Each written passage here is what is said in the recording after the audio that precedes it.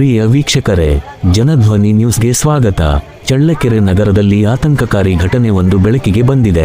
ಹೌದು, ಗಾಂಧಿನಗರ ಪ್ರದೇಶದಲ್ಲಿ ದಿಲೀಪ್ ಎಂಬ ವ್ಯಕ್ತಿ ಮನೆ ಮುಂದೆ ನಿಲ್ಲಿಸಿದ್ದ ಬೈಕ್ ಒಳಗೆ ಹಾವು ಸೇರಿಕೊಂಡಿರುವ ಘಟನೆ ನಡೆದಿದೆ.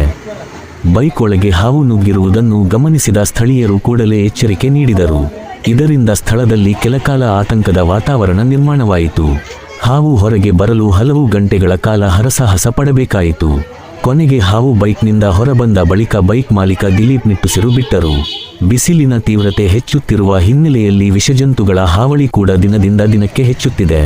ಹೀಗಾಗಿ ಸಾರ್ವಜನಿಕರು ಎಚ್ಚರಿಕೆಯಿಂದ ಇರಬೇಕೆಂದು ಮನವಿ ಮಾಡಲಾಗಿದೆ.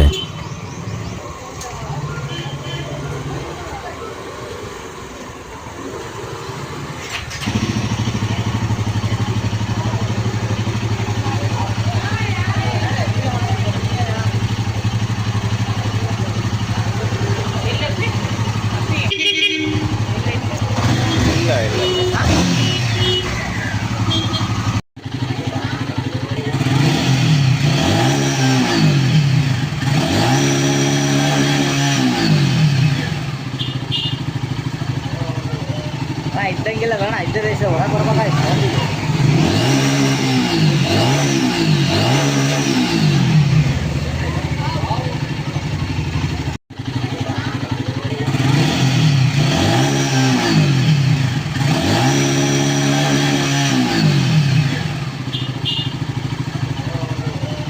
ಇದ್ದಂಗಿಲ್ಲ ಬೇಡ ಇದ್ದ ದೇಶ ಒಳಗೆ ಬರ್ಬೇಕಾಯ್ತು.